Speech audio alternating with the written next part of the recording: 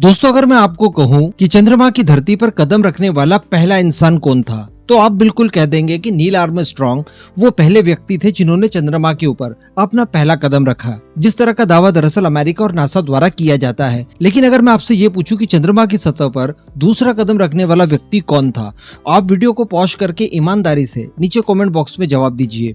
Actually वास्तविकता बताओ तो मुझे खुद को नहीं पता। अल्टीमेटली नाम उसी का होता है जो किसी कारनामे को पहली बार करता है। उसके बाद दूसरे या तीसरे नंबर पर इस तरह का कारनामा कौन करता है, इससे कोई ज्यादा विशेष फर्क नहीं पड़ता, क्योंकि अमेरिका के दावे के अनुसार कई सारे एस्ट्रोनॉट्स उन्होंने चंद्रमा पर भेजे थे, लेकिन नाम केवल नील आर्मस्ट्रांग का चलता है। अब इसी तरह से अगर भारत के चंद्र मिशन के ऊपर नजर डाली जाए तो भारत ने एक रिकॉर्ड बनाया, और वो रिकॉर्ड हम सभी जानते हैं कि चंद्रमा के दक्षिणी ध्रुव पर सॉफ्ट लैंडिंग कराने वाला पहला देश भारत बना। अब दूसरा देश कोई भी बन सकता था, लेकिन पास्ट में आज से 300, 400 या 50 साल बाद जब कोई इस बात को डिस्कस करेगा कि चंद्रमा के दक्षिणी ध्रुव पर सॉफ्ट लैंडिंग करने वाला पहला देश कौन सा था, तो हर हाल में वो भारत का नाम ही लेगा। ये हमारे लिए गौरव की बात है। लेकिन इससे भी गौरव की बात ये आ जाती है कि अगर कोई ये पूछेगा कि चंद्रमा के दक्षिणी ध्रुव पर दूसरी बार सॉफ्ट लैंडिंग करने वाला वो देश कौन था, तो यहाँ भी भारत का ही नाम आएगा। जी हाँ, क्योंकि अभी कुछ ही समय पहले इसरो द्वारा ये कारनामा कर दिया गया है और इसरो द्वारा दूसरी बार चंद्रमा के दक्षिणी ध्रुव पर सॉफ्ट लैंडिंग कराई गई है। आपको खबर शायद अभी भी मजाक लग रही होगी, लेकिन इस खबर के बहुत बड़े मायने हैं, बहुत बड़ी खबर है। चलिए आगे डिस्कस करते हैं। आप बस खंडवा डिफेंस फैक्ट को सब्सक्राइब जरूर कर दीजिएगा।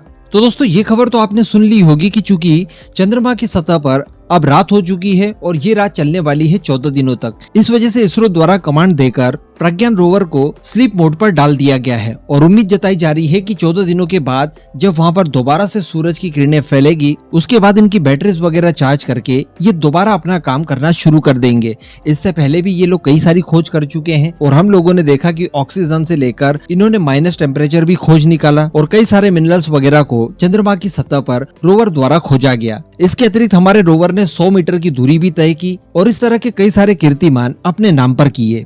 लेकिन दोस्तों, इसी बीच इसरो द्वारा एक प्रयोग किया गया। जी हाँ, और ये प्रयोग किया गया है 3 सितंबर 2023 को। इसमें दरअसल किया ये गया कि हमारा जो विक्रम लैंडर था, जो कि अपना सबसे महत्वपूर्ण काम अभी तक कर चुका है सॉफ्ट लैंडिंग का, इसके बाद कम्युनिकेशन का काम भी वही इस समय संभाल रहा है। इसके बाद इसको लेकर एक महत्वपूर्ण प्रयोग किया गया और उस प्रयोग के दौरान किया ये गया कि इसके इंजन्स को कमांड देकर दोबारा से स्टार्ट किया और स्टार्ट करने के बाद विक्रम लैंडर को हवा में उड़ाया गया।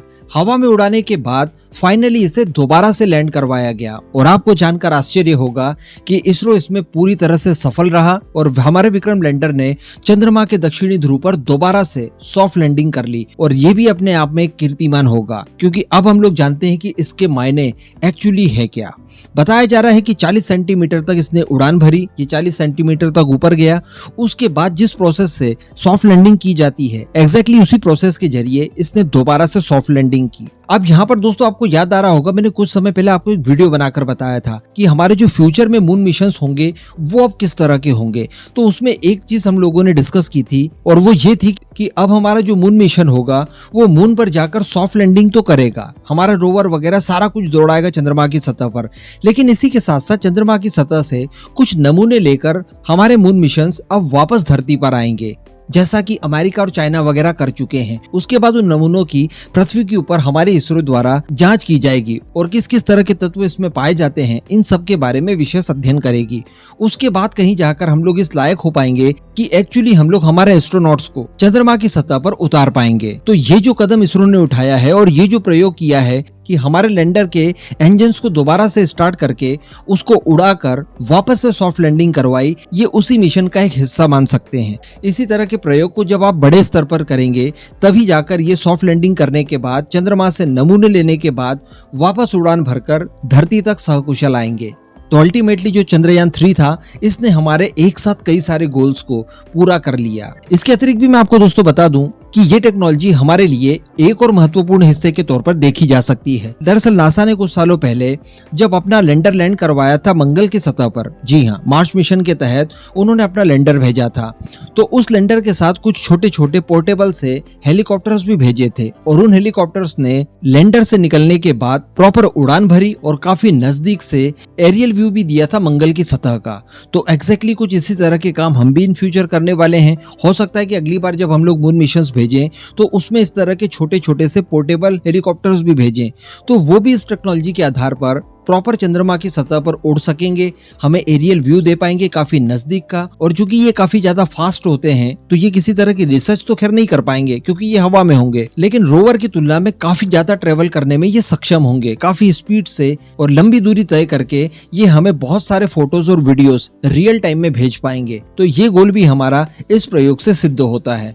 तो इस तरह से भारत का चंद्रयान 3 जितनी तारीफ की जाए उतनी कम है। इसरो ने वाकई में बहुत मेहनत की थी और उसी मेहनत का ये प्रतिफल है कि आज हमें सारी कुछ चीजें बिल्कुल हमारे सामने होते हुए दिखाई दे रही है। इस पूरे मुद्दे पर अब आपका जो भी मानना हो नीचे कमेंट करके जरूर बताइएगा।